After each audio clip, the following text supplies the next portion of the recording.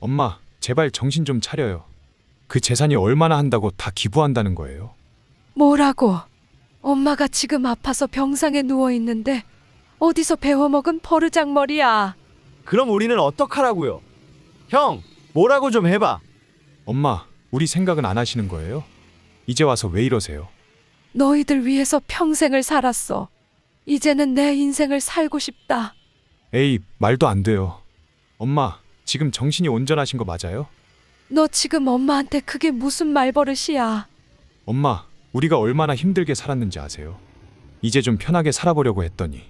그럼 내 인생은 편했던 것 같니? 엄마, 이러지 말고 우리 다시 한번 얘기해봐요. 더 이상 할 말 없다. 내 뜻은 변하지 않아.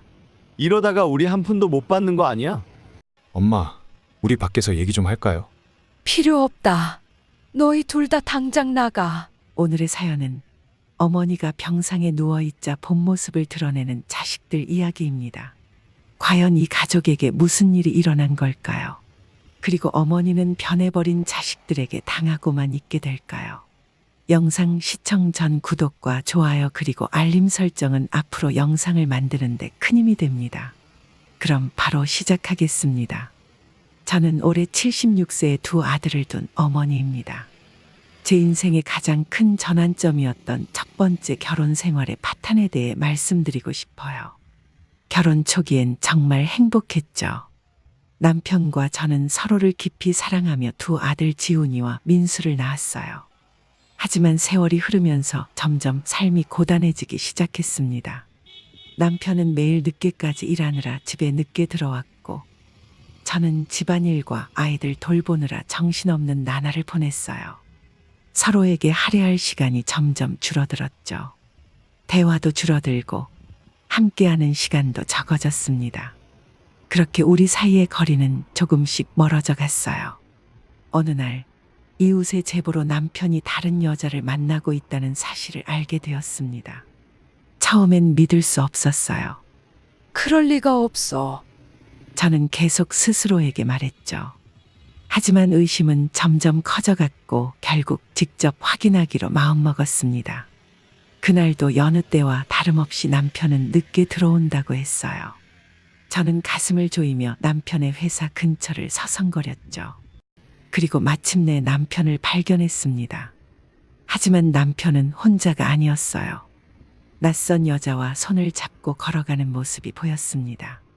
그 순간 제 심장이 멎는 것 같았어요. 눈물이 차올랐지만 저는 꾹 참았습니다. 집으로 돌아와 남편을 기다렸죠. 남편이 돌아오자마자 저는 물었어요. 오늘 어디 갔다 왔어? 남편은 당황한 기색을 감추지 못하며 대답했습니다. 회사에서 야근했어. 왜? 저는 더는 참을 수 없어 울부짖었죠. 거짓말 그만해. 당신이 다른 여자랑 있는 걸 봤어. 남편은 잠시 침묵하다가 고개를 숙였어요. 몰라, 그냥 잠깐 만난 거야. 피곤하니까 그만 말해. 하지만 저는 더 이상의 설명을 듣고 싶지 않았습니다. 그날 밤 저는 잠을 이루지 못했어요. 아이들 얼굴을 보며 어떻게 해야 할지 고민했죠. 결국 이혼을 결심했습니다. 이혼 과정은 힘들었어요. 하지만 저는 아이들을 위해 강해져야 한다고 생각했습니다. 엄마가 너희들을 지킬 거야. 저는 아이들에게 약속했죠. 이혼 후 저는 혼자 두 아들을 키우게 되었어요. 경제적으로 어려웠지만 아이들에게 더 많은 사랑과 관심을 주기로 다짐했습니다. 힘들 때마다 아이들의 얼굴을 보며 힘을 냈죠. 처음에는 모든 것이 낯설고 두려웠어요. 혼자서 아이들을 키우고 생계를 꾸려나가는 것이 막막하기만 했죠. 하지만 저는 포기하지 않았습니다. 아이들을 위해 더 열심히 일했고 어떻게든 살림을 꾸려나갔어요. 때로는 밤늦게까지 일을 하고 새벽 일찍 일어나 아이들 도시락을 싸기도 했죠. 그렇게 하루하루를 버텨나갔습니다. 아이들도 점차 상황을 이해하기 시작했어요. 큰아들 지훈이는 어릴 때부터 동생을 잘 돌봐주었고 집안일도 돕기 시작했죠. 엄마, 내가 도와줄게. 지훈이가 말하면 저는 눈물이 날 것 같았어요. 작은 아들 민수도 점점 자라면서 엄마를 돕기 시작했습니다. 두 아이가 서로 의지하며 자라는 모습을 보니 가슴이 뭉클했죠. 하지만 여전히 힘든 순간들이 많았어요. 낮에는 농사를 짓고 밤에는 식당에서 설거지를 하며 생계를 꾸려나갔죠. 때로는 하루에 몇 시간밖에 자지 못할 때도 있었어요. 하지만 아이들의 얼굴을 볼 때마다 힘이 났습니다. 농사일은 쉽지 않았어요. 날씨에 따라 수확량이 달라지고 때로는 자연재해로 인해 모든 것을 잃을 뻔한 적도 있었습니다. 하지만 포기하지 않고 계속해서 노력했어요. 밤늦게까지 일하고 돌아오면 아이들이 이미 잠들어 있는 경우가 많았습니다. 그럴 때마다 죄책감이 들었지만 우리 가족의 미래를 위해 참아야 했죠. 힘든 시간을 보내던 중 저는 우연히 한 남자를 만나게 되었어요. 그는 동네 시장에서 채소를 파는 상인이었죠. 처음에는 그저 친절한 이웃으로만 여겼습니다. 하지만 시간이 지나면서 우리는 점점 가까워졌어요. 그는 제 상황을 이해해주고 아이들에게도 따뜻하게 대해주었습니다. 어느 날 그가 조심스럽게 저에게 말을 걸어왔어요. 혹시 우리 새로 시작해 볼까요? 그 말에 저는 놀랐지만 동시에 가슴이 떨렸습니다. 오랜 시간 혼자였기에 누군가와 새로운 시작을 한다는 것이 두렵기도 했어요. 하지만 그의 진심 어린 마음이 느껴졌죠. 아이들과 상의를 했습니다. 처음에는 아이들도 혼란스러워했어요. 특히 큰아들 지훈이는 반대하는 기색이 역력했죠. 엄마, 우리끼리만 살면 안 돼요? 하지만 시간이 지나면서 아이들도 그를 조금씩 받아들이기 시작했습니다. 그는 정말 진심으로 우리 가족을 대해주었어요. 아이들의 학교 행사에도 참석하고 주말이면 함께 시간을 보내려 노력했죠. 그렇게 1년의 시간이 흘렀고 우리는 결혼을 결심했습니다. 새로운 가족의 시작, 그것은 우리 모두에게 설렘과 두려움이 공존하는 순간이었어요. 결혼식 날 아이들이 제게 다가와 말했습니다. 엄마, 축하해요. 그 말을 들으니 눈물이 났어요. 새로운 시작에 대한 희망으로 가슴이 부풀었습니다. 우리는 작지만 따뜻한 새 집으로 이사를 했어요.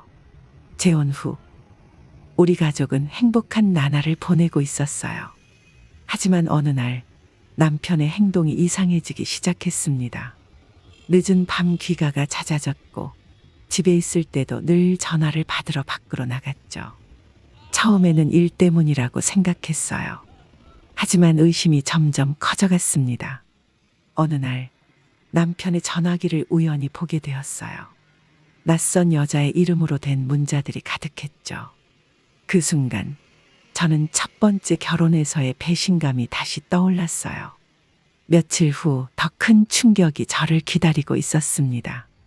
집에 돌아와 보니 남편의 옷가지들이 사라져 있었습니다. 서랍장을 열어보니 귀금속들도 모두 비어 있었죠. 그리고 식탁 위에는 짧은 편지 한 장이 놓여 있었어요. 미안해. 다시 돌아오지 않을 거야. 그러니 찾지 마. 그 순간 저는 모든 것이 무너지는 것 같았습니다. 아이들에게 어떻게 설명해야 할지, 앞으로 어떻게 살아가야 할지 막막했어요. 하루아침에 우리는 다시 빈털터리가 되었습니다. 남편이 떠난 후 경찰에 신고를 했지만 그를 찾을 수 없었어요. 알고 보니 그는 도박 빚이 있었고 그 돈을 갚기 위해 우리의 돈을 가져간 것이었습니다. 다시 한번 배신당했다는 사실에 가슴이 아팠어요. 남편의 배신 후 우리 가족은 다시 한번 새 출발을 해야 했어요. 농장에서의 일상으로 돌아갔지만 마음의 상처는 쉽게 아물지 않았죠. 그러던 어느 날 밤 저는 갑자기 타는 냄새에 잠에서 깼어요. 놀란 마음에 방 밖으로 나가보니 온 집안이 연기로 가득 차 있었습니다. 아이들을 깨워 급히 집 밖으로 뛰쳐나왔습니다. 마당에 서서 보니 우리 농장 전체가 불길에 휩싸여 있었어요. 소방차가 도착했지만 이미 많은 것들이 불에 타고 있었습니다. 우리가 그토록 애써 일구어온 농작물들, 농기구들, 그리고 집까지. 모든 것이 순식간에 제가 되어가는 모습을 바라보며 저는 눈물을 흘렸어요. 소방관들이 불을 끄는 동안 우리는 그저 멍하니 서 있을 수밖에 없었습니다. 날이 밝아올 무렵 불은 완전히 진압되었어요. 하지만 우리에겐 아무것도 남지 않았습니다. 집은 전소되었고 농장의 대부분이 불에 타버렸어요. 보험금으로는 복구하기에 턱없이 부족했죠. 아이들은 충격받은 표정으로 제게 물었어요. 엄마, 이제 우리 어떻게 해요? 저는 대답할 말을 찾지 못했습니다. 그저 아이들을 꼭 안아줄 수밖에 없었어요. 이웃들이 와서 위로해 주었지만 우리의 상실감을 달래기엔 역부족이었습니다. 모든 것을 잃은 듯한 느낌이 들었어요. 하루아침에 우리는 다시 한번 빈털터리가 되었습니다. 앞으로 어떻게 살아가야 할지, 어디서부터 다시 시작해야 할지 막막했어요. 하지만 이대로 주저앉을 순 없었습니다. 아이들을 위해서라도 다시 일어서야 했어요. 우리는 잠시 이웃집에 신세를 지며 앞으로의 계획을 세우기 시작했습니다. 농장을 다시 일구는 것은 불가능해 보였어요. 새로운 삶의 터전을 찾아야 했습니다. 그렇게 우리 가족의 또 다른 시련이 시작되었어요. 화재 이후 우리 가족은 겨우 재기할 수 있었어요. 작은 도시로 이사해 새 삶을 시작했죠.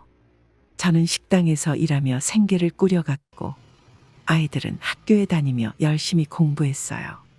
큰아들 지훈이는 대학에 입학하고 졸업 후 취직까지 했습니다. 그의 성공이 우리 가족에겐 큰 희망이었죠.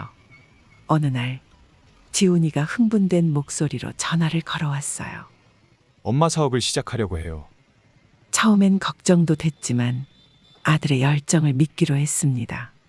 지훈이는 유통업 쪽으로 창업을 시작했습니다. 초반엔 순조롭게 성장하는 듯했죠. 하지만 얼마 지나지 않아 문제가 생기기 시작했습니다.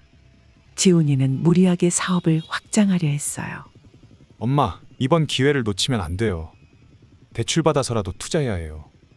저는 불안한 마음에 만류했지만 지훈이는 제 말을 듣지 않았습니다. 결국 그는 큰 금액의 대출을 받아 사업에 투자했어요. 하지만 시장 상황은 그의 예상과 달랐습니다.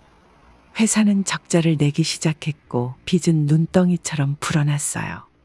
지훈이는 점점 더 예민해지고 불안해했습니다. 엄마, 어떻게 해야 할지 모르겠어요. 그의 목소리에서 절망감이 느껴졌죠. 결국 회사는 파산하고 말았어요. 지훈이는 엄청난 빚을 떠안게 되었습니다. 그는 자책하며 깊은 우울감에 빠졌어요. 다 망쳤어. 저는 아들을 위로하며 함께 해결책을 찾아보자고 했습니다. 하지만 상황은 쉽게 나아지지 않았어요. 채권자들의 독촉이 끊이지 않았고 지훈이의 신용은 바닥으로 떨어졌습니다. 우리 가족은 다시 한번 큰 위기를 맞이했어요. 이번엔 지훈이의 빚을 어떻게 갚아야 할지가 가장 큰 문제였습니다. 큰아들 지훈이의 사업 실패로 우리 가족이 힘든 시기를 보내고 있을 때 작은아들 민수에게도 변화가 찾아왔어요. 민수는 대학을 갓 졸업하고 취업 준비 중이었죠. 어느 날 민수가 흥분된 목소리로 저에게 말했어요. 엄마, 주식으로 돈 벌 수 있대요. 친구가 알려줬어요. 처음에는 그저 호기심으로 시작한 것 같았어요. 하지만 점점 주식에 빠져드는 모습이 보였죠. 민수는 밤낮으로 주식 차트를 들여다보며 시간을 보냈어요. 취업 준비는 뒷전이 되어버렸죠. 엄마, 이번에 큰 돈 벌 수 있을 것 같아요. 형 빚도 갚을 수 있을 거예요. 민수의 말에 저는 불안함을 느꼈어요. 하지만 민수는 제 걱정을 무시한 채 계속해서 주식에 몰두했습니다. 처음에는 약간의 수익을 냈어요. 그 성공에 고무된 민수는 더 큰 투자를 하기 시작했죠. 하지만 주식시장은 그의 기대와 달리 움직였어요. 큰 손실을 보기 시작했고 민수는 그 손실을 만회하기 위해 더 위험한 투자를 했죠. 결국 모든 저축을 날리고 말았어요. 하지만 민수는 거기서 멈추지 않았습니다. 그는 사채까지 써가며 주식 투자를 계속했어요. 이번엔 꼭 성공할 거예요. 믿어주세요, 엄마. 하지만 상황은 점점 더 나빠졌죠. 민수의 빚은 눈덩이처럼 불어났고 그의 정신 상태도 불안정해졌어요. 밤에는 잠도 제대로 자지 못하고 주식 차트만 들여다보았죠. 저는 민수를 말리려 했지만 그는 제 말을 전혀 듣지 않았어요.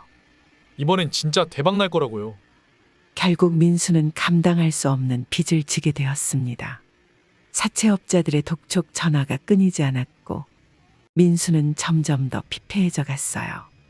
우리 가족은 또다시 큰 위기에 빠졌습니다. 두 아들의 빚으로 우리 가족은 벼랑 끝에 몰렸어요. 채권자들의 독촉이 날로 심해졌고 더 이상 피할 곳이 없었죠. 밤마다 걱정으로 잠을 이루지 못했어요.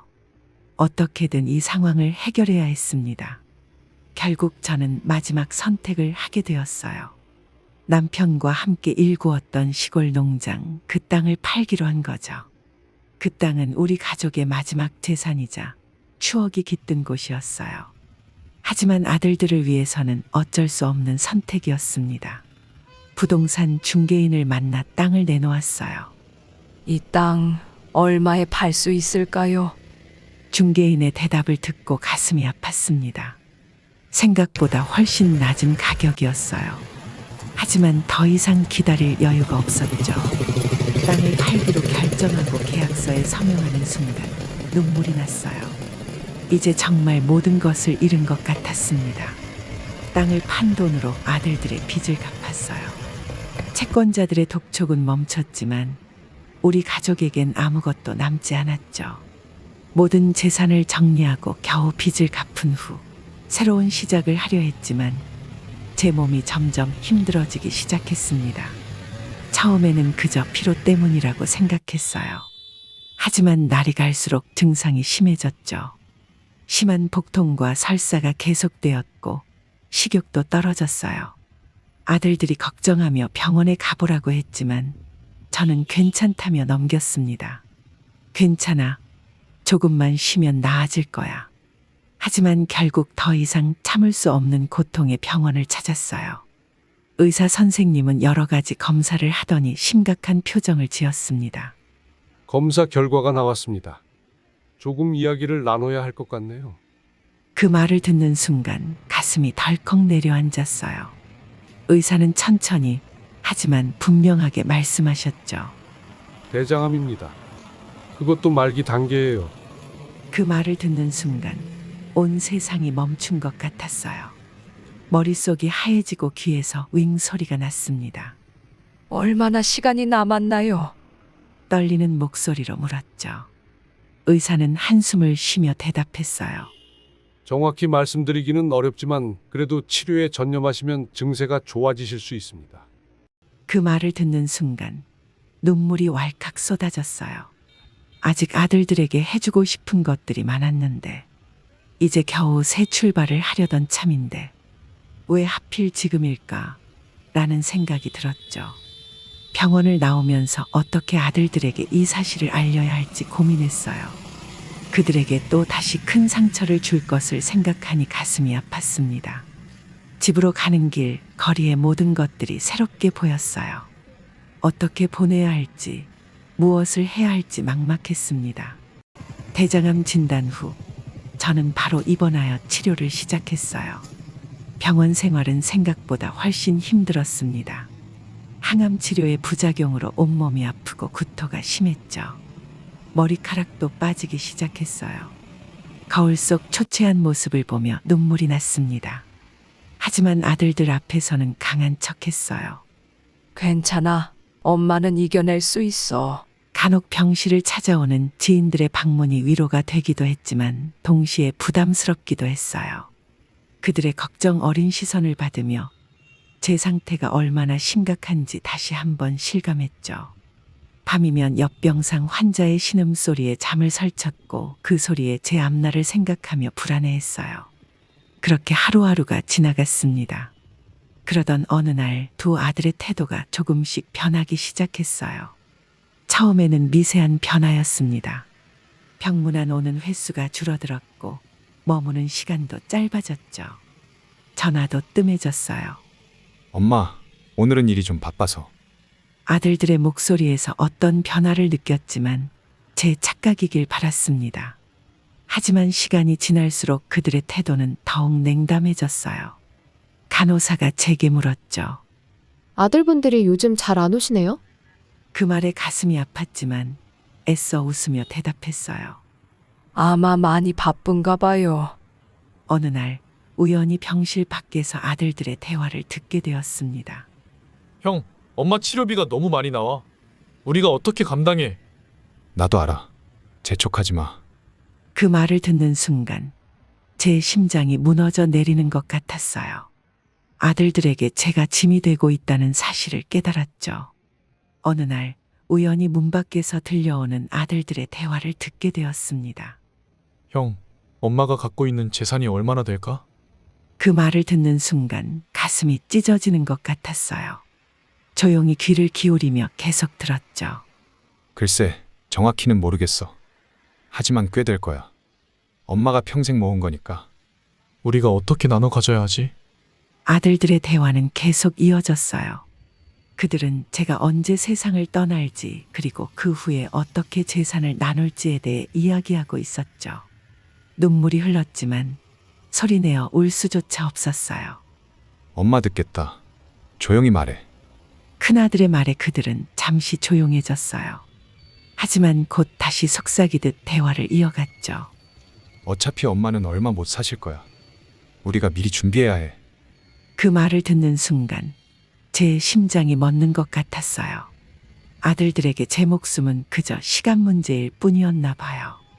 방 안에서 저는 소리 없이 흐느꼈습니다. 평생을 바쳐 키운 아들들이 이제는 제 죽음만을 기다리고 있다니. 그날 밤 잠을 이루지 못했어요. 제가 언제부터 아들들에게 이렇게 무가치한 존재가 되었는지 생각했죠. 어쩌면 제가 그들을 잘못 키운 걸까요? 아니면 세상이 그들을 이렇게 만든 걸까요? 마음 한구석에서는 여전히 그들을 이해하고 싶어 했어요. 하지만 다른 한편으로는 너무나 서운하고 슬펐죠. 이제 제게 남은 건 무엇일까요? 재산도 가족도 심지어 건강조차 잃은 지금. 앞으로 어떻게 살아가야 할지 막막했습니다. 아들들의 대화를 듣고 며칠이 지났어요. 마음은 여전히 아팠지만 이제는 조금 더 냉정해질 수 있었죠. 그러던 어느 날 집 앞에서 낯선 목소리가 들렸어요. 조심스레 문을 열어보니 한 남자가 서 있었습니다. 안녕하세요. 변호사 김민수입니다. 잠시 이야기 나눌 수 있을까요? 놀라서 그를 바라보고 있는데 뒤에서 아들들의 목소리가 들렸어요. 엄마, 우리가 모시고 왔어요. 상속 문제로 상담 좀 하려고요. 가슴이 철렁 내려앉았습니다. 하지만 표정 관리를 하며 그들을 안으로 들였어요. 변호사는 정중하게 인사를 하고 자리에 앉았습니다. 어머님, 오늘은 재산 분배에 대해 의견을 여쭙고자 왔습니다. 그의 말에 저는 잠시 말을 잃었어요. 아들들은 조급한 듯 변호사를 재촉했죠. 변호사님, 빨리 시작해 주세요. 엄마가 피곤해 하실 것 같아요. 변호사는 서류 가방을 열더니 여러 서류들을 꺼냈어요. 먼저 어머님의 현재 재산 상황을 정리해 보았습니다. 그가 말하는 동안 아들들의 눈빛이 번뜩이는 걸 볼 수 있었어요. 저는 그저 묵묵히 듣고만 있었죠. 어머님, 유언장을 작성하시는 게 어떨까요? 이후에 분쟁을 막을 수 있습니다. 변호사의 말에 큰아들이 급히 끼어들었어요. 그래요, 엄마. 유언장 쓰는 게 좋을 것 같아요. 작은 아들도 동의하는 듯 고개를 끄덕였습니다. 저는 그들을 바라보며 쓴웃음을 지었어요. 지금 당장 결정하긴 어려울 것 같아요. 생각할 시간을 주세요. 변호사는 이해한다는 듯 고개를 끄덕였지만 아들들의 표정은 실망감으로 가득 찼어요. 엄마, 빨리 결정하는 게 좋을 것 같은데요. 큰아들의 말에 저는 고개를 저었습니다. 서두를 것 없어. 아직 시간이 남았잖아. 그 말에 아들들은 당황한 듯 서로를 바라보았어요. 변호사는 명함을 건네며 자리에서 일어났습니다. 천천히 생각해 보시고 연락 주세요. 그들이 떠난 후 저는 한동안 멍하니 앉아 있었어요. 내 아들들이 이렇게 변해버렸다는 사실이 너무나 슬펐습니다. 변호사와의 만남 이후 며칠이 지났어요. 아들들은 계속해서 유언장 작성을 재촉했지만 저는 시간이 필요하다고 말했죠. 그러던 어느 날 두 아들이 동시에 찾아왔어요. 그들의 표정이 심상치 않아 보였죠. 엄마, 우리가 할 얘기가 있어요. 큰아들이 먼저 입을 열었어요. 저는 조용히 그들을 바라보며 듣기 시작했죠. 사실 우리가 엄마 재산을 미리 나누고 싶어요. 작은아들이 말을 이어받았어요. 맞아요. 엄마. 저희 둘 다 지금 돈이 필요해요. 순간 가슴이 철렁 내려앉는 것 같았어요. 왜 갑자기 그런 얘기를 하는 거니? 저의 질문에 두 아들은 서로 눈치를 보더니 말을 이었죠. 엄마, 솔직히 말해서 엄마가 얼마나 더 사실지 모르잖아요. 그 말을 듣는 순간 눈앞이 캄캄해졌어요. 그래서 지금 살아계실 때 우리가 써야 하지 않을까요? 더 이상 참을 수 없었죠. 그만해라. 이게 무슨 말이니? 제 목소리가 떨리고 있었어요.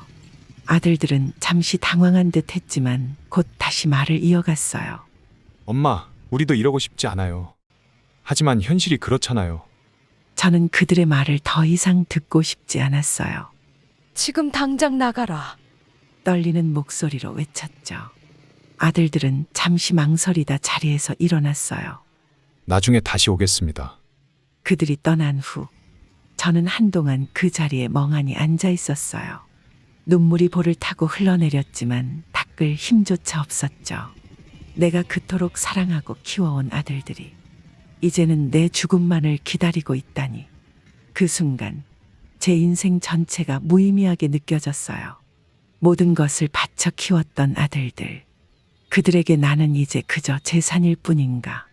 방 안은 갑자기 너무나 춥고 외롭게 느껴졌어요. 이제 나에게 남은 것은 무엇일까? 그렇게 저는 홀로 밤을 지새웠습니다. 아들들과의 충격적인 대화 이후 저는 깊은 우울감에 빠졌어요. 며칠 동안 방 안에서 나오지 않고 홀로 시간을 보냈죠. 그러던 어느 날 문 밖에서 노크 소리가 들렸어요. 누구세요? 힘없는 목소리로 물었죠. 영자야, 나야. 경희. 경희는 저희 이웃 사촌입니다. 오랜만에 듣는 반가운 목소리에 저는 천천히 일어나 문을 열었어요. 경희는 제 모습을 보고 놀란 듯 했지만 따뜻한 미소를 지어 보였죠. 아이고, 이게 몇 년 만이야. 왜 이렇게 몸이 삐쩍 말랐어? 경희의 말에 저도 모르게 눈물이 흘렀어요. 경희는 저를 꼭 안아주었죠. 무슨 일 있었던 거야? 얼굴이 많이 안 좋아 보이네. 저는 경희에게 모든 것을 털어놓았어요. 병과의 싸움, 아들들의 변한 모습, 그리고 제 마음의 상처까지. 경희는 묵묵히 듣다가 한숨을 쉬었죠. 영자야, 넌 정말 힘든 시간을 보냈구나. 경희가 울먹이면서 말하자 저도 참았던 눈물을 터뜨리고 말았어요. 경희는 저희 등을 토닥이며 위로해 주었죠. 넌 혼자가 아니야. 내가 있잖아. 그 말이 저에겐 큰 위로가 되었어요. 경희는 저를 데리고 밖으로 나갔어요. 자, 이제 좀 바람 쐬러 가자. 너무 오래 집에만 있었잖아. 우리는 근처 공원을 천천히 걸었죠. 영자야, 넌 항상 강했어. 이번에도 이겨낼 수 있을 거야. 경희의 말에 저는 고개를 끄덕였어요. 우리는 벤치에 앉아 오랜만에 진솔한 대화를 나눴어요. 네 건강이 제일 중요해. 치료에 집중해서 보란듯이 잘 살면 돼. 저는 경희의 말에 용기를 얻었어요. 다시 한번 힘을 내볼게. 그날 이후로 저는 조금씩 희망을 되찾기 시작했어요. 경희의 방문이 제게는 큰 힘이 되었죠. 저는 마음을 다잡고 미래를 생각하기 시작했어요. 아들들의 행동에 대한 실망감은 여전했지만 이제는 조금 더 냉정하게 상황을 바라볼 수 있었죠. 어느 날 밤 오랜 고민 끝에 큰 결심을 하게 되었어요. 제 재산을 사회에 환원하기로 한 거죠. 다음 날 아침 저는 변호사에게 연락을 했어요. 변호사님, 유언장 작성을 부탁드리고 싶습니다. 변호사는 곧바로 방문하겠다고 했어요. 몇 시간 후 변호사가 도착했고 우리는 유언장 작성을 시작했습니다. 제 재산의 일부를 지역복지재단에 기부하고 싶어요. 변호사는 잠시 놀란 듯했지만 곧 이해한다는 듯이 고개를 끄덕였어요. 알겠습니다. 구체적인 사항들을 정리해 보겠습니다. 우리는 몇 시간 동안 세부 사항을 조율했어요. 제가 평생 모은 재산이 어려운 이웃들을 위해 쓰일 거란 생각에 마음이 따뜻해졌죠. 유언장 작성을 마치고 나니 이상하게도 마음이 편안해졌어요. 이걸로 제 마지막 소원이 이루어질 것 같아요. 변호사는 제 결정을 존중한다는 듯 고개를 끄덕였죠. 훌륭한 결정이십니다. 많은 분들에게 도움이 될 거예요. 그의 말에 저는 미소를 지었어요. 이제 제 인생의 마지막 장을 어떻게 쓸지 결정한 것 같았죠. 아들들에 대한 미련과 실망감도 조금은 누그러들었어요. 그들이 어떤 선택을 했든 이제는 제가 할 수 있는 최선을 다한 것 같았거든요. 어느 날 오후 병실에서 조용히 쉬고 있을 때 갑자기 문이 벌컥 열렸어요. 큰아들 지훈이가 흥분한 얼굴로 들어왔죠. 엄마, 이게 무슨 소리예요? 재산을 저희에게 안 주고 기부한다고요? 지훈이의 목소리에는 분노와 당혹감이 가득했어요. 저는 침착하게 대답했죠. 그래, 그게 내 결정이야. 지훈이는 믿을 수 없다는 듯 고개를 저었어요. 어떻게 이럴 수 있어요? 그럼 우리는 어떻게 해요? 그때 옆 병실에 있던 이웃 사촌 경희가 문을 열고 들어왔어요.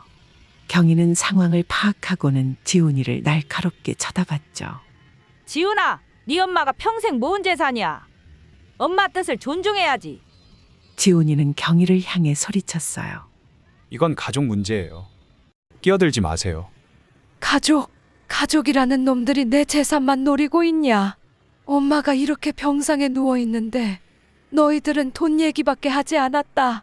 꼴도 보기 싫으니 당장 나가. 병실이 점점 소란스러워지자 간호사가 들어왔어요. 무슨 일이세요? 저는 간호사를 바라보며 말했죠. 죄송합니다. 제 아들인데 좀 내보내 주시겠어요? 간호사는 단호하게 지훈이에게 말했어요. 이제 나가주셔야겠어요. 환자분께 안 좋습니다. 지훈이는 불만스러운 표정을 지으며 마지못해 병실을 나갔어요. 이 일은 아직 끝나지 않았어요, 엄마.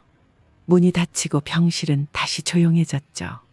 경희가 제 손을 잡아주었어요. 괜찮아요. 너무 속상해하지 마세요. 저는 깊은 한숨을 내쉬었어요.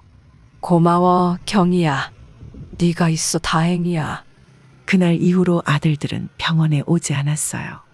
하지만 저는 제 결정이 옳았다고 믿었죠.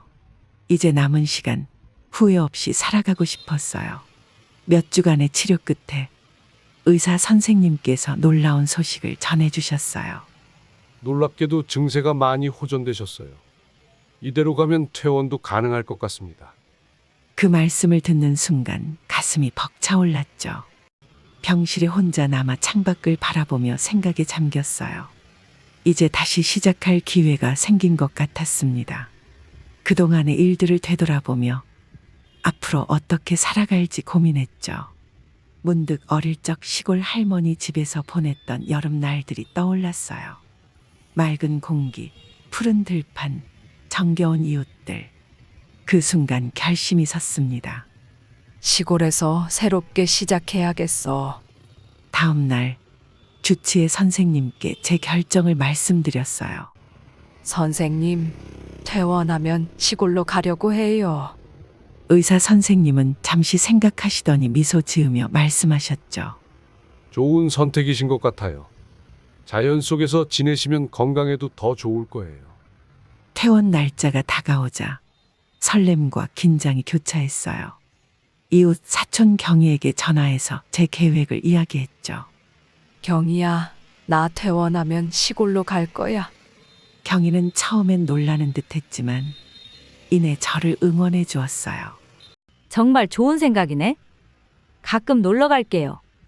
마지막 검진을 받고 짐을 꾸리면서 새로운 삶에 대한 기대로 가슴이 부풀었어요. 병원을 나서는 순간 따스한 햇살이 제 얼굴을 비추었죠. 택시에 오르며 운전기사님께 말씀드렸어요. 기차역으로 가주세요. 창밖으로 스쳐 지나가는 도시 풍경을 보며 이제 정말 새로운 시작이구나 싶었어요. 기차에 올라 자리에 앉으니 설렘과 함께 약간의 두려움도 밀려왔죠. 하지만 이내 마음을 다잡았어요. 이제 나를 위한 삶을 살 거야. 기차가 움직이기 시작하자 저는 눈을 감고 깊은 숨을 내쉬었습니다. 새로운 인생의 장이 시작되는 순간이었어요. 시골에서의 생활은 저에게 새로운 활력을 불어넣어 주었어요. 매일 아침 일찍 일어나 정원을 가꾸고 텃밭에서 채소를 기르며 하루를 시작했죠. 처음에는 서툴렀지만 점차 자연의 리듬에 맞춰 살아가는 법을 익혀갔어요. 이웃들과도 자연스럽게 어울리게 되었죠. 시간이 지날수록 몸과 마음이 건강해지는 걸 느꼈어요. 자연과 함께하는 시간이 늘어날수록 과거의 아픔도 조금씩 치유되어 갔습니다. 이제는 아들들 생각에 마음이 아프지 않게 되었어요. 오히려 그들에게 집착했던 과거의 제 모습이 부끄럽게 느껴졌죠. 구독자 여러분, 제 이야기를 들어주셔서 감사합니다. 여러분을 괴롭히는 존재들과 거리를 두세요. 그게 설령 자식들이라고 해도 마찬가지입니다. 자식들에게 매달리지 마세요. 때로는 무관심이 해결책이 될 수도 있습니다. 자식 간의 사랑은 주려고 다가가면 멀어질 수밖에 없습니다. 여러분 자신에게 집중하는 삶을 살다 보면 알아서 귀인들이 찾아옵니다. 그러니 자신을 좀 더 사랑하세요. 항상 구독자 여러분들의 행복을 기원하겠습니다.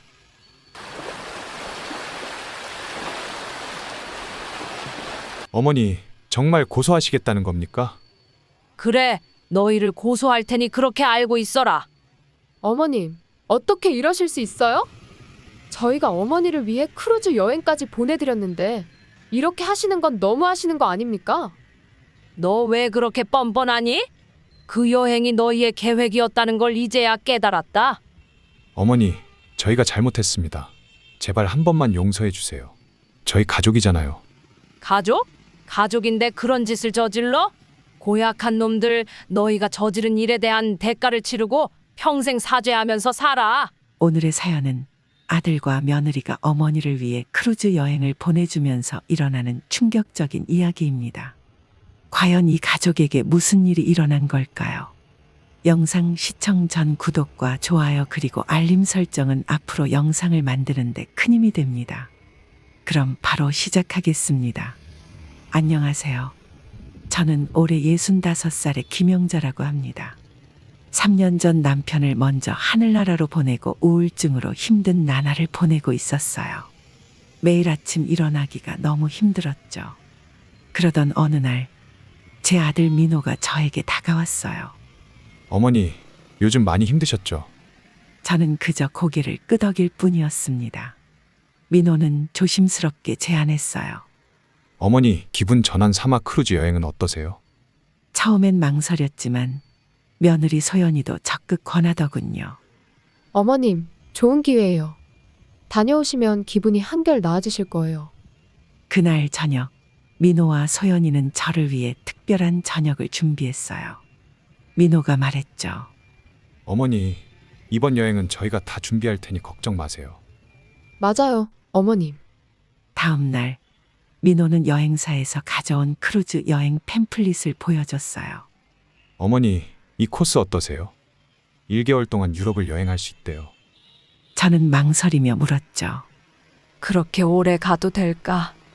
며느리가 얼른 말했어요. 어머님, 걱정 마세요. 저희가 집 잘 볼게요. 아들도 거들었죠. 맞아요, 어머니. 인생에서 이런 기회가 몇 번이나 있겠어요? 그들의 진심 어린 눈빛에 저는 서서히 마음이 기울기 시작했습니다. 여행을 떠나기로 결심한 후 저는 짐을 싸기 시작했어요. 오랜만에 느끼는 설렘에 가슴이 두근거렸죠. 하지만 동시에 불안한 마음도 들었어요. 과연 혼자서 한 달 동안 잘 지낼 수 있을까 하는 생각이 들더라고요. 옷장을 여러 옷들을 고르면서 이런저런 생각이 머릿속을 맴돌았어요. 민호가 방에 들어와 물었어요. 어머니, 짐 싸는 거 도와드릴까요? 저는 미소 지으며 대답했죠. 아니야, 엄마가 할 수 있어. 며느리도 와서 도움을 줬어요. 어머님, 이 스카프 가져가세요. 유럽은 저녁에 쌀쌀하대요. 그들의 따뜻한 마음에 제 불안함이 조금씩 누그러졌어요. 여행 가방에 옷을 넣으면서 남편 생각이 났죠. 당신도 같이 갔으면 좋았을 건데. 짐을 다 싸고 나니 뭔가 할 일을 다 마친 것 같은 기분이 들었어요. 이제 정말 떠나는구나 싶어 가슴이 벅차올랐죠. 드디어 크루즈 여행을 떠나는 날이 왔습니다. 아침 일찍 아들과 며느리가 저를 깨웠죠. 설렘과 걱정이 뒤섞인 채로 저는 침대에서 일어났어요. 차에 오르자 며느리가 따뜻한 미소로 저를 안심시켰어요. 어머님, 즐거운 여행 되세요. 저희가 집 잘 볼게요. 공항에 도착하자 민호가 서둘러 제 짐을 내렸어요. 체크인 카운터로 향하는 동안 제 마음은 복잡했죠. 소연이는 제 여권과 티켓을 꼼꼼히 확인하더군요. 출국장으로 향하는 순간 민호가 저를 꼭 안아줬어요.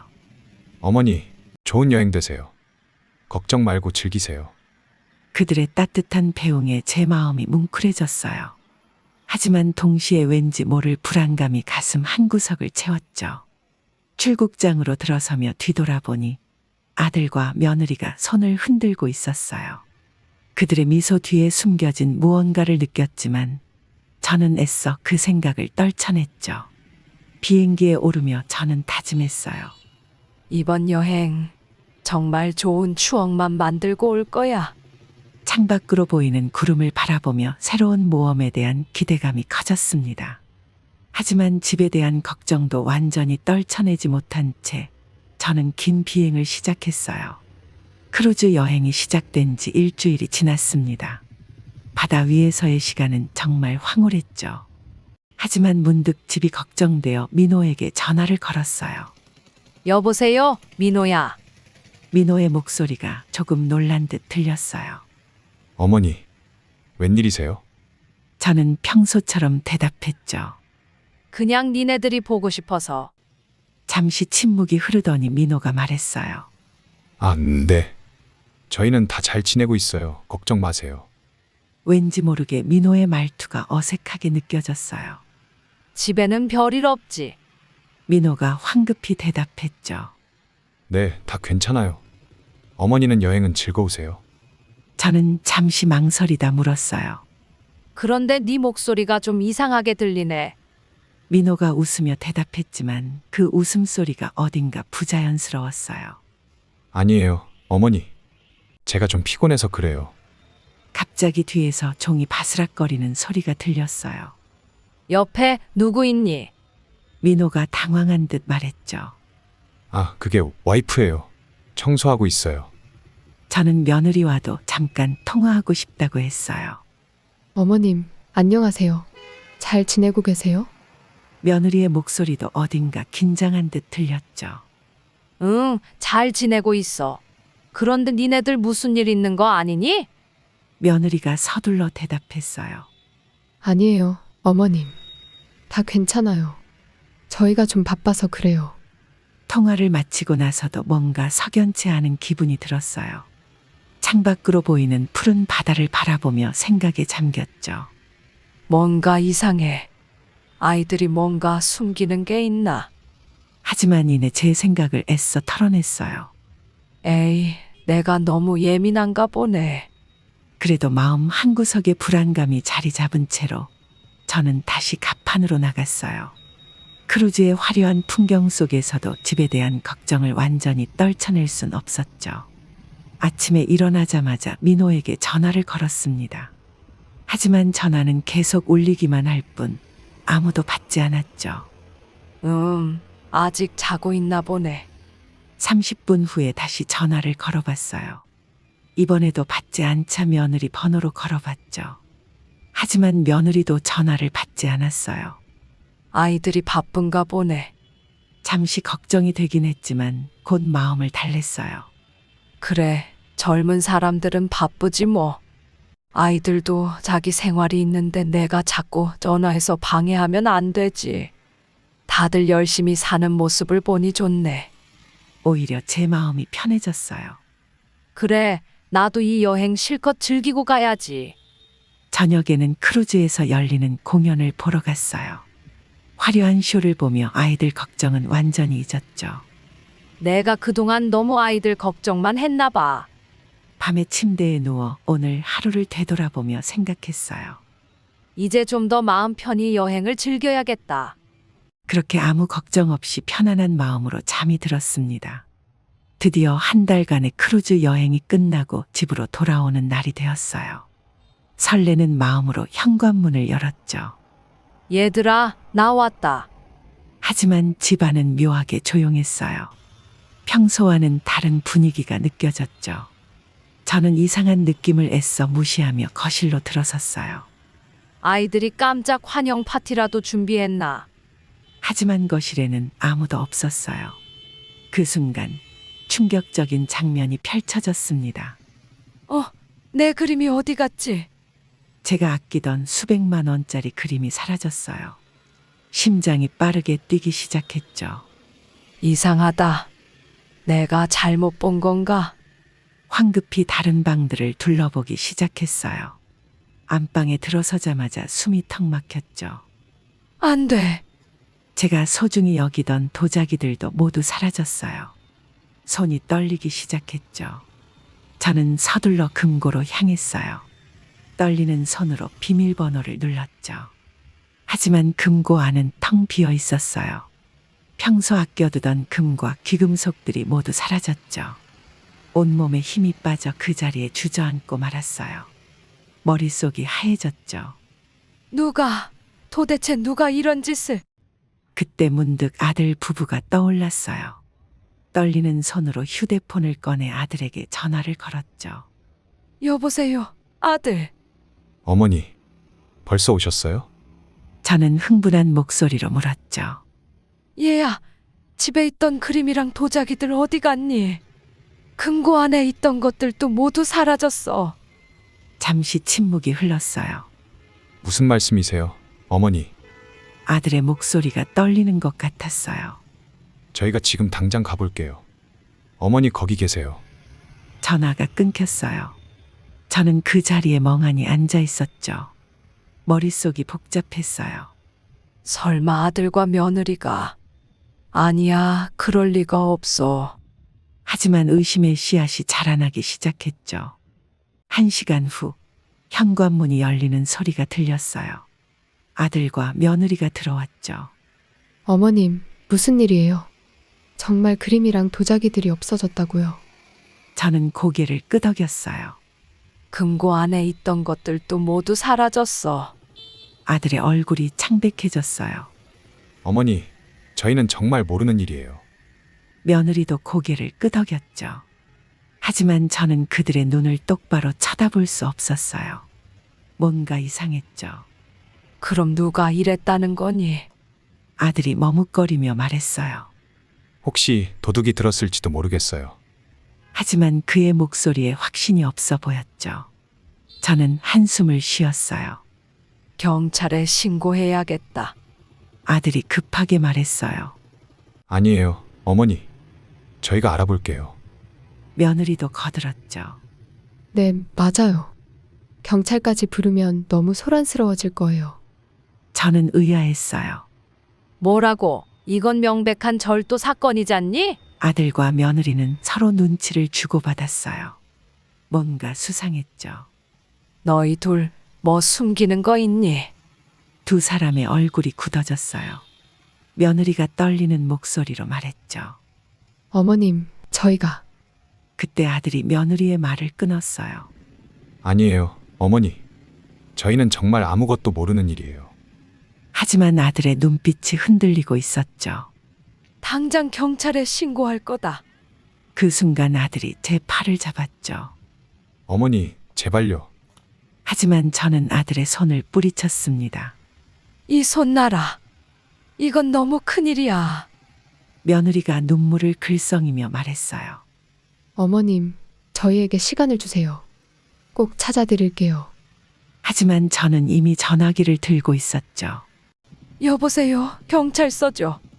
그 순간 아들과 며느리의 얼굴이 창백해졌어요. 저는 아들과 며느리의 반응을 지켜보며 마음이 무거워졌죠. 내가 정말 내 자식들을 의심하고 있는 걸까? 하지만 이미 돌이킬 수 없는 상황이 되어버렸어요. 경찰이 다녀간 후 집안의 분위기는 무거웠습니다. 저는 거실 소파에 앉아 멍하니 창밖을 바라보고 있었죠. 그때 아들과 며느리의 말다툼 소리가 들려왔어요. 내가 그러지 말랬잖아. 아들의 목소리가 거칠게 울려 퍼졌습니다. 나도 어쩔 수 없었다고. 어머님이 의심하시는데 어떡해. 며느리의 목소리가 떨리고 있었죠. 저는 조용히 일어나 그들의 방문 앞으로 다가갔어요. 이제 어떡하지? 어머니가 알면 큰일인데. 여보, 조용히 해. 어머님이 들으실라. 며느리가 다급하게 말하는 소리가 들렸죠. 저는 숨을 죽이고 귀를 기울였어요. 그때 쾅하는 소리와 함께 뭔가 깨지는 소리가 들렸습니다. 이게 다 당신 때문이야. 아들이 소리쳤어요. 이게 나 때문이라고? 당신도 동의했잖아.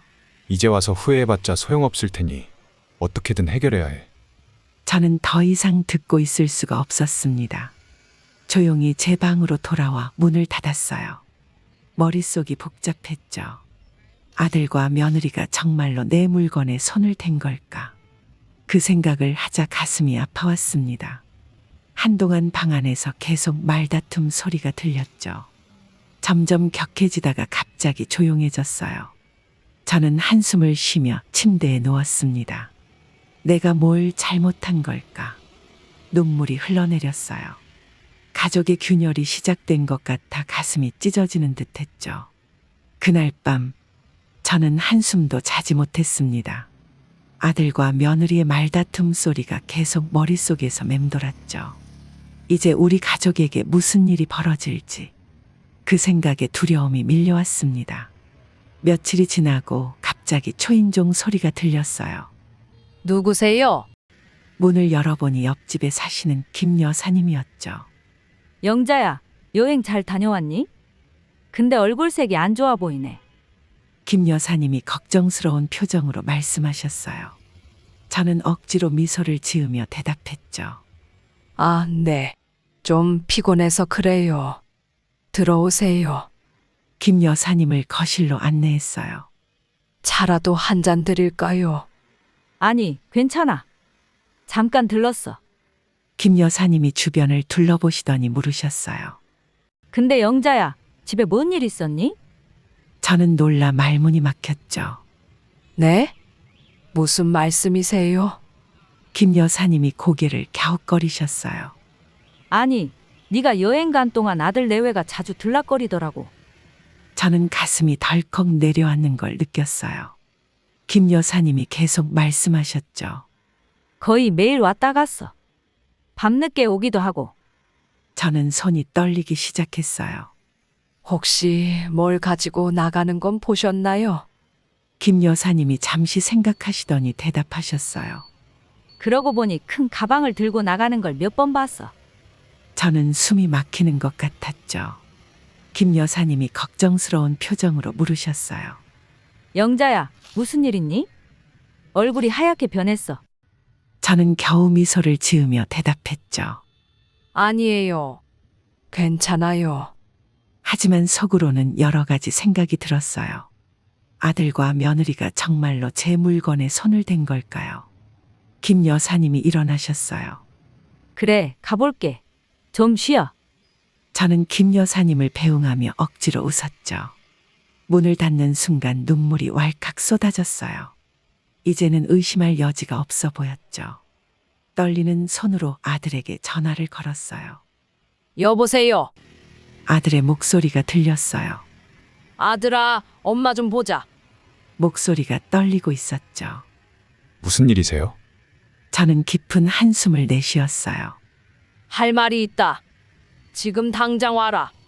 전화를 끊고 소파에 주저앉았어요. 이제 모든 것을 알아내야 할 때였습니다. 1시간 후 현관문 벨이 울렸어요. 문을 열자 아들 혼자 서 있었습니다. 어머니, 저 왔어요. 아들의 눈이 붉어 보였어요. 며느리는 왜 너 혼자 왔니? 의아해하며 물었습니다. 아들은 고개를 숙인 채 들어왔어요. 어머니, 앉으세요. 말씀드릴 게 있습니다. 불안한 마음으로 소파에 앉았습니다. 아들이 깊은 한숨을 내쉬었어요. 와이프가 집을 나갔습니다. 그 말에 저는 놀라 벌떡 일어났어요. 뭐라고? 아들의 눈에서 눈물이 흘러내렸습니다. 제가 모든 걸 말씀드리겠습니다. 어머니, 아들은 천천히 이야기를 시작했어요. 사실 저희 가족과 처갓집이 경제적으로 많이 어려웠습니다. 저는 말없이 듣고만 있었어요. 장인어른이 사업에 실패하시고 빚까지 지셨대요. 아들의 목소리가 떨렸습니다. 와이프가 처음엔 저한테 말하지 않았어요. 혼자 해결하려고 했나 봐요. 제 마음 한구석이 아려왔습니다. 그래서 어머니 물품에 손을 대기 시작했습니다. 충격적인 사실에 저는 말을 잃었어요. 제가 아들에게 추궁하려는 걸 알았는지 아들이 먼저 자백을 했습니다. 왜 말하지 않았니? 엄마한테. 제 목소리도 떨리고 있었습니다. 죄송합니다, 어머니. 제가 너무 겁이 났어요. 아들이 고개를 숙였어요. 와이프를 지키고 싶었고 어머니께 실망을 안겨드리기 싫었습니다. 가슴이 찢어지는 것 같았어요. 그래서 어젯밤 그렇게 다툰 거니? 아들이 고개를 끄덕였습니다. 네, 어머니. 제가 모든 걸 털어놓자고 했는데 와이프가 무서워했어요. 한숨이 절로 나왔습니다. 그런데 며느리는 그렇다고 집을 나간 거야. 아들이 주머니에서 편지 한 장을 꺼냈어요. 이걸 남기고 가버렸습니다. 떨리는 손으로 편지를 받아들었습니다. 편지를 읽기 시작했어요. 어머님, 정말 죄송합니다. 제가 한 일은 용서받지 못할 짓이에요. 어머님의 사랑과 신뢰를 저버렸습니다. 더 이상 얼굴을 들고 살 수가 없어요. 저는 그 편지를 보고 가슴이 아팠어요. 물론 아들과 며느리가 제 물품에 손을 댄 건 잘못한 일이지만 며느리의 사정을 들으니 안타까운 마음이 들었습니다. 그러나 갑자기 아들의 예상치 못한 요청에 저는 놀라움을 감출 수 없었습니다. 아들아, 갑자기 너 지금 무슨 말을 하는 거니? 제 목소리가 떨렸어요. 아들은 고개를 숙인 채 말을 이어갔습니다. 어머니, 그래서 그런데 집 명의를 저에게 주실 수 있나요? 그리고 재산의 일부도 지금 미리 주실 수 있으실까요? 아들의 말에 가슴이 철렁 내려앉았어요. 제발 도와주세요, 어머니. 아들의 눈에는 간절함이 가득했습니다. 하지만 저는 고개를 저었어요. 아들아, 그건 안 된다. 아들의 표정이 실망으로 가득 찼습니다. 너희에게 아직 재산을 줄 생각은 없단다. 아들이 고개를 들어 저를 바라봤습니다. 이 집은 네 아버지가 살아계실 때 추억이 깃든 곳이야. 목소리가 떨렸지만 단호하게 말했습니다. 함부로 줄 수 없다. 아들의 눈에 실망감이 깃들었어요. 하지만 어머니, 지금 와이프랑 제가 어려운 상황이잖아요. 알아. 하지만 지금은 그럴 수 없다. 잠시 침묵이 흘렀습니다. 일단 며느리가 연락이 되면 그때 가서 얘기하자꾸나. 아들은 한숨을 내쉬었어요. 알겠습니다, 어머니. 아들의 목소리에 체념이 묻어났습니다. 아들이 돌아간 후 저는 오랫동안 생각에 잠겼어요. 남편이 살아계셨다면 어떻게 하셨을까? 그 생각을 하니 눈물이 났습니다. 하지만 지금은 제가 결정을 내려야 할 때였어요. 가족을 지키기 위해 현명한 선택을 해야 했습니다. 불안한 마음에 전화기를 들었습니다. 떨리는 손으로 사부인 번호를 눌렀어요. 여보세요. 오랜만에 듣는 사부인의 목소리였습니다. 안녕하세요, 사부인. 오랜만이에요. 저도 모르게 목소리가 떨렸어요. 아이고, 사돈. 무슨 일이세요? 사부인의 목소리에 의아함이 묻어났습니다. 혹시 며느리가 거기 있나요? 잠시 침묵이 흘렀어요. 소연이요? 아니요. 왜 그러시죠? 제 마음이 더 불안해졌습니다. 그래요? 연락은 따로 받으셨나요? 소연이한테 무슨 일 생겼나요? 저는 깊은 한숨을 내쉬었습니다. 사실 며느리가 집을 나갔어요. 사부인의 놀란 목소리가 들렸어요. 네? 왜요? 저는 망설이다 입을 열었습니다. 아들에게 얘기를 다 들었습니다. 요즘 사부인도 그렇고 아들 내외도 경제적으로 어려워 빚이 많다고요. 그런데 갑자기 사부인의 목소리가 날카로워졌어요. 무슨 소리세요? 전혀 그렇지 않습니다. 저는 당황했습니다. 네. 그게 무슨 말씀이세요? 사부인이 단호하게 말했어요. 우리 집은 경제적으로 전혀 어렵지 않습니다. 빚도 없고요. 순간 머리가 하얘졌습니다. 사부인의 목소리에 의아함이 가득했어요. 사부인, 무슨 오해가 있는 것 같아요. 저희 딸이 뭐라고 했나요? 겨우 입을 열었어요. 아닙니다. 며느리는 아무 말도 안 했어요. 하지만 저는 더 이상 말을 잇지 못했어요. 죄송해요, 사부인. 나중에 다시 연락드릴게요. 황급히 전화를 끊었습니다. 도대체 무슨 일이 있었던 거지? 혼란스러운 마음으로 소파에 주저앉았습니다. 아들의 말, 며느리의 편지, 그리고 사부인의 말.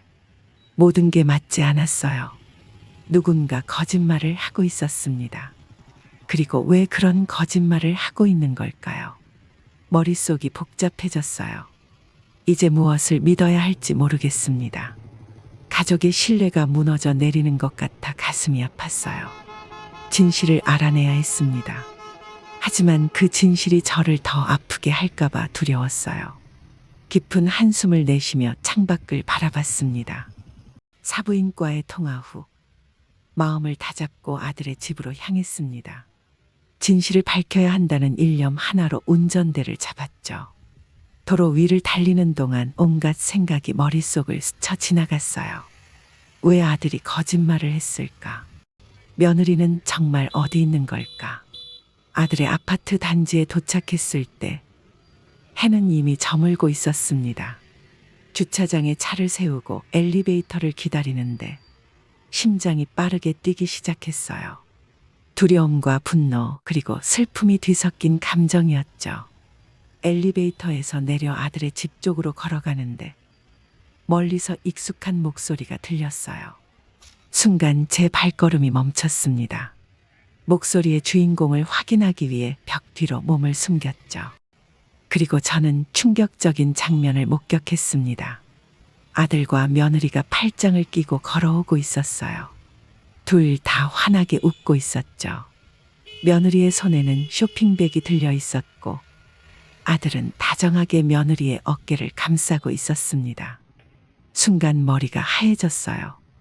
집을 나갔다던 며느리가 왜 여기 있는 거지? 두 사람이 현관문 앞에 도착했을 때 저는 참지 못하고 뛰쳐나갔습니다. 너희 둘, 도대체 이게 무슨 짓이야? 제 목소리에 아들과 며느리가 깜짝 놀라 뒤를 돌아봤어요. 어머니? 아들의 얼굴이 창백해졌습니다. 집을 나갔다던 며느리가 어떻게 여기 있는 거야? 며느리의 얼굴에서 핏기가 가셨어요. 어머님, 그게 하지만 저는 더 이상 변명을 듣고 싶지 않았습니다. 너희들 다 거짓말이었구나. 전부 다 말이다. 분노와 배신감에 온몸이 떨렸어요. 어머니, 설명드릴 수 있어요. 아들이 떨리는 목소리로 말했지만 제 귀에는 들리지 않았습니다. 설명? 뭘 설명한다는 거야? 너희가 나를 속였다는 거? 왜 이런 짓을 한 거니? 며느리가 다급하게 말했습니다. 어머님, 정말 죄송합니다. 하지만 저는 고개를 저었습니다. 죄송하다고? 이제 와서? 아들이 제 팔을 잡으려 했지만 저는 뿌리쳤어요. 들어가서 얘기해요, 어머니. 주변 이웃들이 소란의 문을 열고 나오기 시작했습니다. 무슨 얘기를 더 하겠다는 거야? 너희가 날 속였잖아. 결국 아들이 저를 강제로 집 안으로 끌어들였어요. 현관문이 닫히자 침묵이 감돌았습니다. 어머니, 저희가 잘못했어요. 아들이 무릎을 꿇었지만 저는 외면했습니다. 도대체 왜 이런 짓을 한 거야? 돈이 필요했니? 며느리가 흐느끼며 대답했어요. 그게 저희가 하지만 말을 잇지 못했습니다. 말해봐. 왜 이런 짓을 했는지.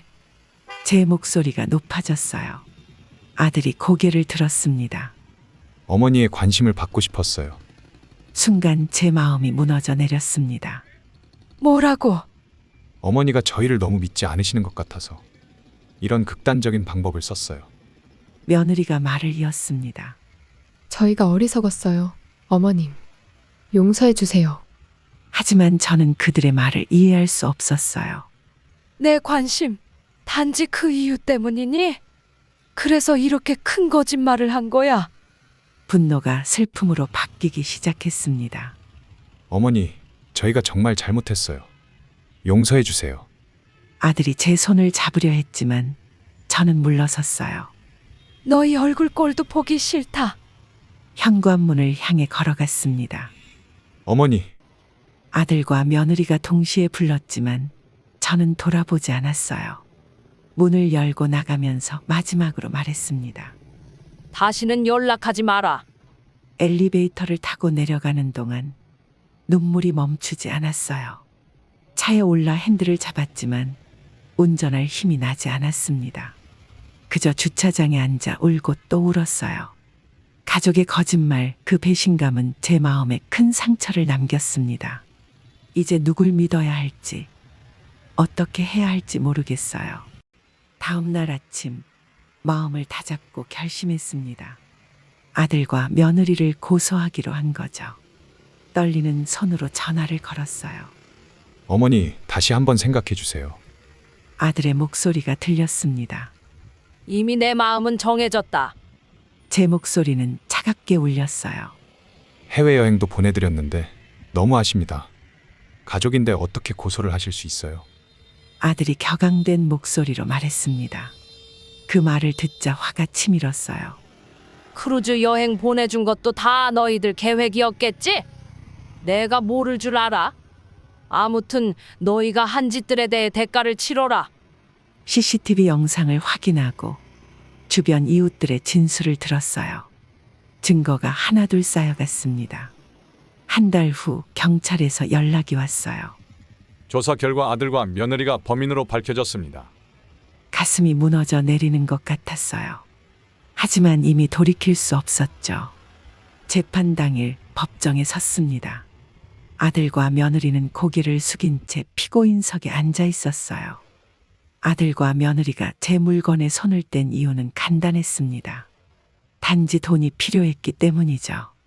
재판 결과 당연히 제가 승소하였습니다.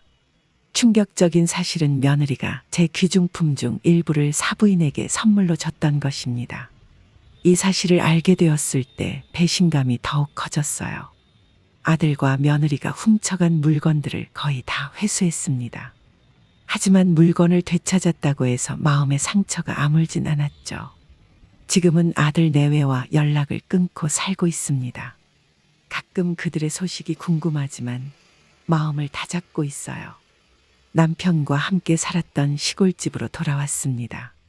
이곳에서 새로운 삶을 시작하려고 노력 중이에요. 고요한 시골 생활이 제 마음을 조금씩 치유해주고 있습니다.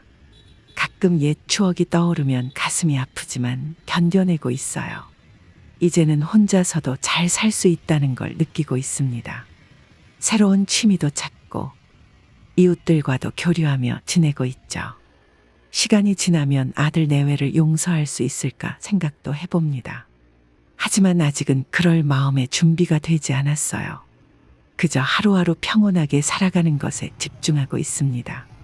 언젠가는 모든 것이 옳은 방향으로 흘러갈 거라 믿어요. 지금은 제 자신을 돌보는데 집중하고 있습니다. 이 시련을 통해 더 강해진 제 모습을 발견하고 있어요. 앞으로의 삶이 어떻게 펼쳐질지 모르지만 희망을 잃지 않으려 합니다. 구독자 여러분, 제 이야기를 들어주셔서 감사합니다. 이 경험을 통해 저는 중요한 교훈을 얻었습니다. 인간관계, 특히 가족관계라고 해서 무조건 좋은 것만은 아니라는 점입니다. 때로는 가장 가까운 사람들이 우리를 가장 아프게 할 수 있어요. 여러분들의 행복과 평화를 위협하는 존재가 있다면 그들과 거리를 두는 것도 필요합니다. 그 사람이 가족이라고 해서 예외는 아닙니다. 자신의 행복을 위해서라면 과감히 독립할 줄도 알아야 해요. 물론 이는 쉬운 결정이 아닙니다. 하지만 여러분의 삶, 여러분의 행복이 가장 중요하다는 걸 기억하세요. 누군가에게 휘둘리지 않고 스스로의 삶을 당당히 살아가세요. 여러분 모두가 행복하고 평화로운 삶을 살기를 진심으로 기원합니다. 앞으로도 건강하시고 좋은 일만 가득하시기를 바랍니다. 감사합니다.